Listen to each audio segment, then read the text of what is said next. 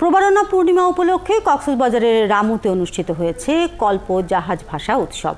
বাঁশ, বেত, কাঠ, রঙিন কাগজ দিয়ে অপূর্ব কারুকাজে তৈরি 5টি নান্দনিক কল্পজাহাজ ভাসে বাঁকখালী নদীতে।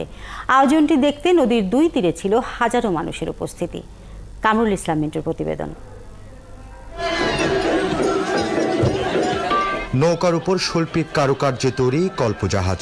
সেই কল্পজাহাজে বুদ্ধের গুণীকীর্তন, সাথে চলে ঢাকের তালে তালে ভক্তের গান আর নাচ।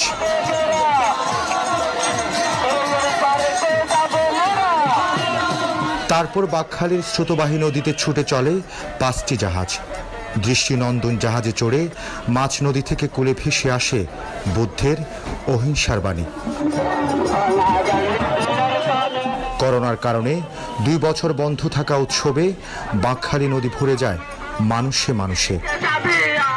বৌদ্ধরা বলছেন এই দিনটির মতো যেন সবার ঐক্য থাকে।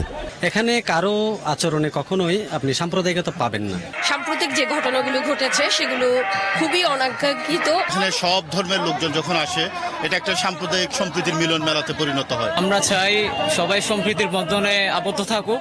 বৌদ্ধ ভিক্ষুরা বললেন রাম হামলার বিচার হওয়া উচিত, নয়তো সাম্প্রদায়িক গোষ্ঠী বারবার ফনা তুলবে। প্রতিনিয়ত চাই যাতে আমাদের এটা উচিত, যারা দোষ করে তাদের শাস্তিটা হোক। রামু ছাড়া কল্পজাহাজ ভাসানো হয় কক্সবাজার সমুদ্র সৈকত, মাতামুহুরী ও কোহলিয়া নদীতে।